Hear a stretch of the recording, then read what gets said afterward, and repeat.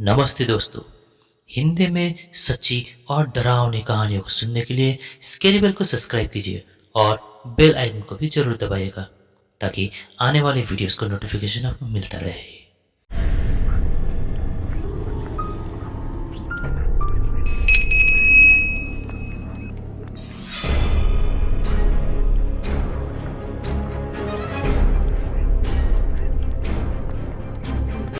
नमस्ते, मेरा नाम अमीश।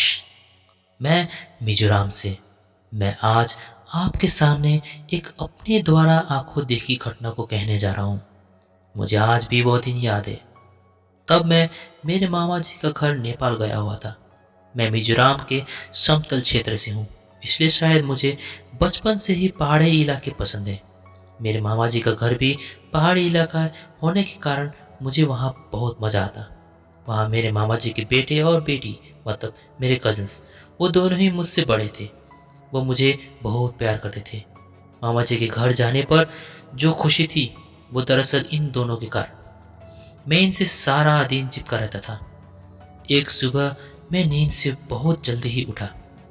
उठकर मैंने इधर उधर देखा तो किचन में मेरी नानी चूल्हे में कुछ काम कर रही थी। नानी मुझसे देखकर बोली, अरे आज तो जल्दी उठ गया तू। इतनी ठंड में क्यों जल्दी उठा? जा जाकर सो जा बाबू। क्या करेगा इतनी जल्दी उठकर?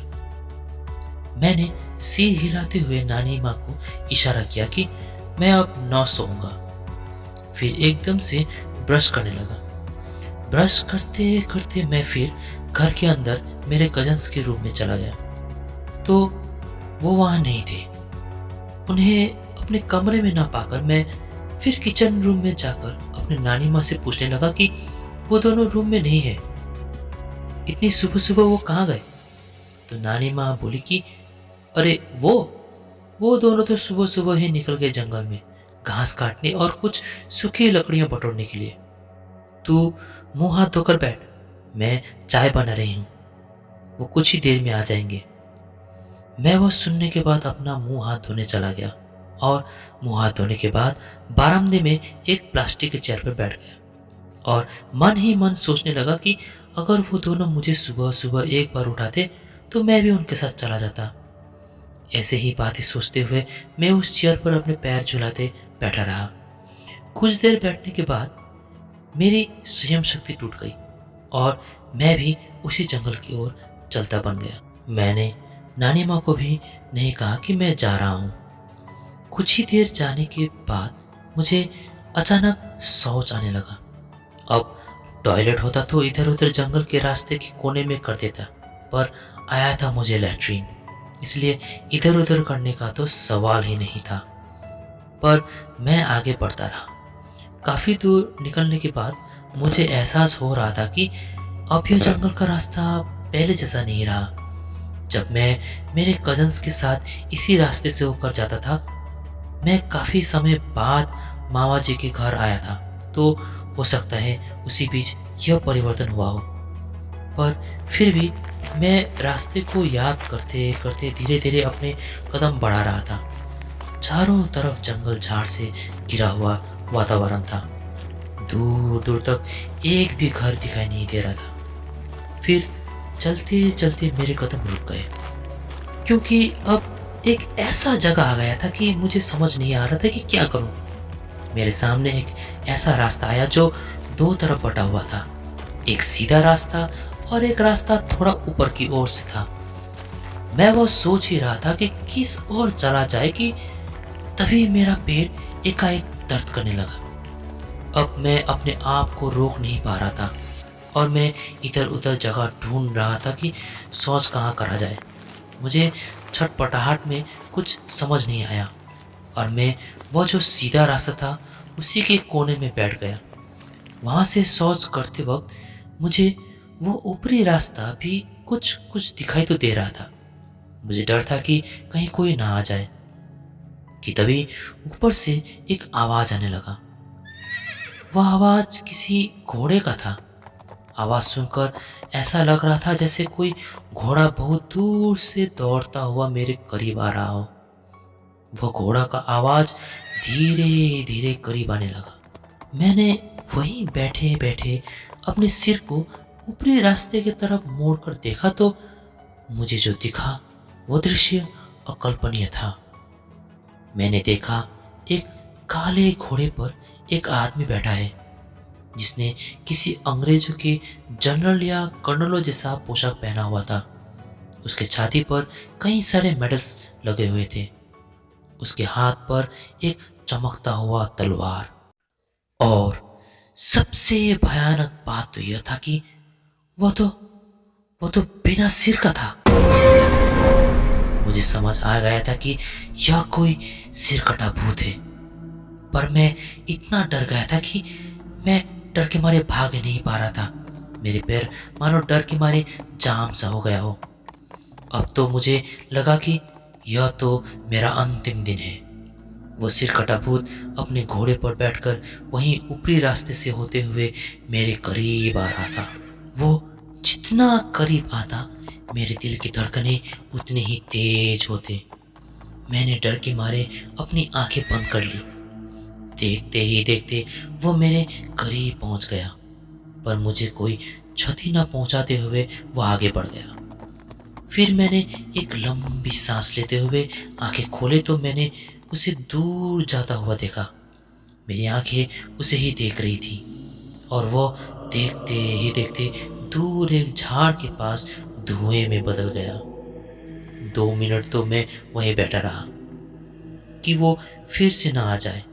उसके बाद मैं मौका पाकर घर की ओर भाग खड़ा हो गया और घर पर सभी को सब कुछ बोल दिया। वह सुनने के बाद सभी मेरी बातें सुनकर दंग रह गए। तभी नानी ने कहा, मैंने भी कुछ गांव वालों से सुना था कि कई लोगों ने उस जगह पर सिरकटे भूत को देखा था, पर तब मैंने उतना ध्यान नहीं दिया था। पर आज मुझे पक्का यकीन हो गया और अच्छा हुआ कि यह नीचे की तरफ था और बैठा था, क्योंकि सिरकटे भूत के ज्यादातर आंखें तो छाती पर ही होते हैं और शायद इसी कारण उस सिरकटे भूत ने इसे नहीं देखा होगा।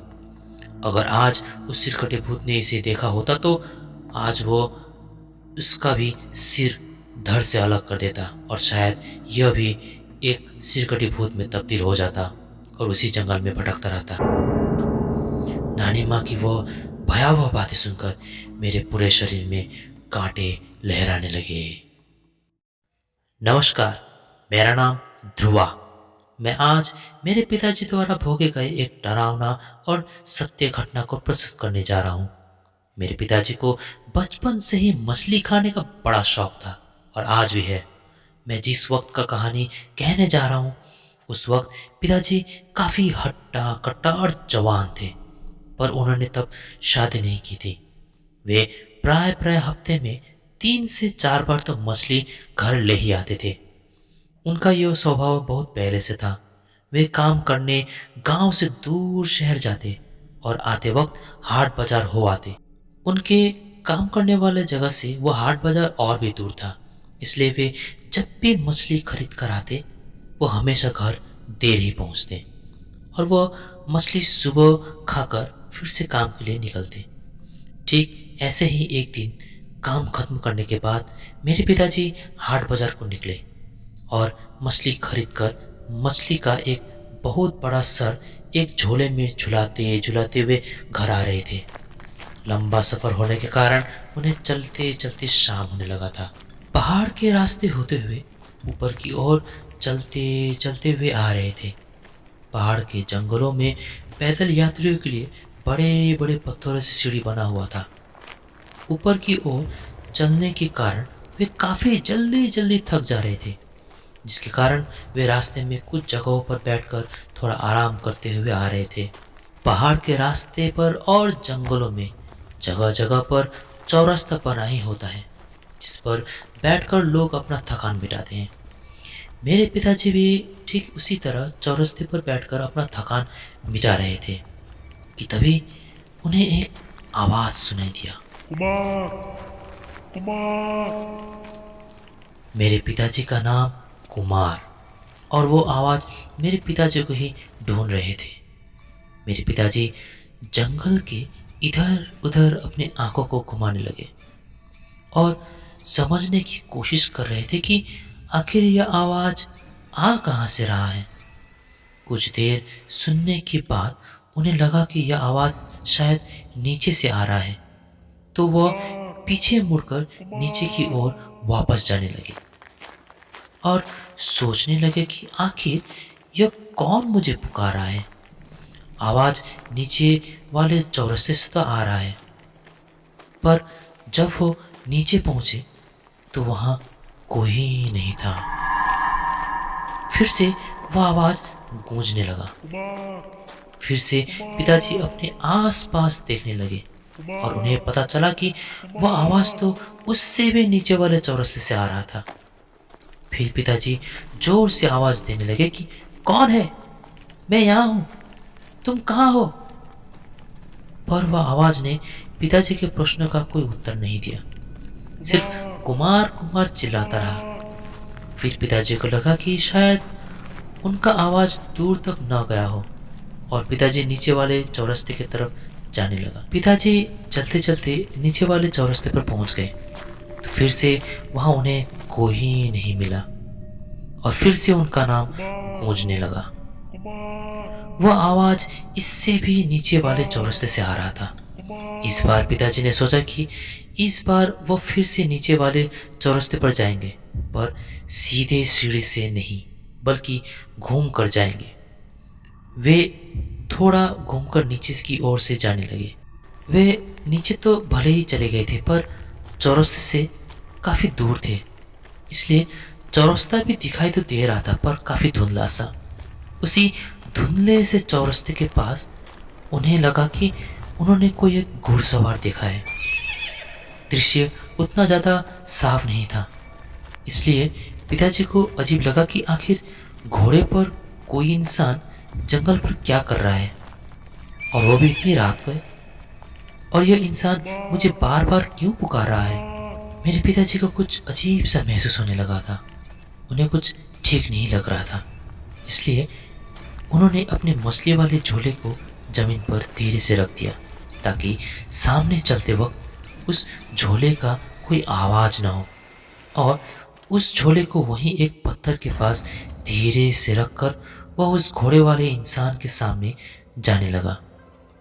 उनको कुछ ठीक नहीं लग रहा था, इसलिए वो पेड़ों के आड़ में धीरे धीरे आगे बढ़ रहे थे। कुछ ही कदम आगे बढ़ाने के बाद उन्होंने देखा कि उस घुड़सवार का तो सर ही नहीं है। वो डरावना दृश्य देखने के बाद तो पिताजी को अपनी आंखों पर विश्वास ही नहीं हुआ। पिताजी ने पेड़ के पीछे छिपते हुए देखा कि उस घुड़सवार का सर तो था नहीं, पर आवाज तो लगातार उसी से आ रहा था। पर आखिर ये मुमकिन कैसे हो सकता है? जिसका सर ही ना हो उसका भले आवाज कैसे आ सकता है? फिर मेरे पिताजी ने ध्यान से देखा तो मालूम हुआ कि उस सिरकटे भूत के हाथों पर एक काला झोला था। उसके अंदर से ही उनका नाम पुकारा जा रहा था।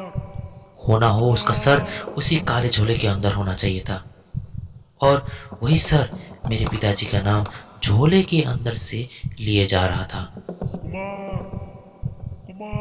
पिताजी ने देखा कि उसने सिर्फ एक काले रंग का पैंट पहना हुआ था। उसके ऊपरी शरीर पर कोई कपड़ा न था। इसी कारण उसके छाती पर मौजूद दो चमकदार आंखें भी दिखाई दिए। वह मेरा नाम बहुत देर तक लेने के बाद वो घूम गया, एक हाथ से उस काले झोले को पकड़े हुए और दूसरे हाथ से घोड़े का लगाम संभालते हुए वो अपने बाएं ओर मुड़ा और धीरे धीरे बाएं ओर बढ़ने लगा। तभी पिताजी ने एक और चीज गौर किया कि उस घोड़े का तो पैर दिखाई नहीं दे रहा था, जैसे कि वो हवा में ही तैरता हुआ बाईं ओर जा रहा हो। वो रुका और नीचे से एक झोला उठाया। पिताजी ने देखा कि वो तो उनका ही मछली वाला झोला है जो पिताजी ने वहां रखा था। उसने उस झोले से मछली का सर निकाला और अपने काले वाले झोले में डाल दिया, और वह उसी घोड़े पर बैठकर दूर जाने लगा। वह देखते ही देखते कब अंधेरे में गायब हो गया, कुछ मालूम ही ना हुआ। मेरे पिताजी अब धीरे धीरे घर की ओर बढ़ने लगे।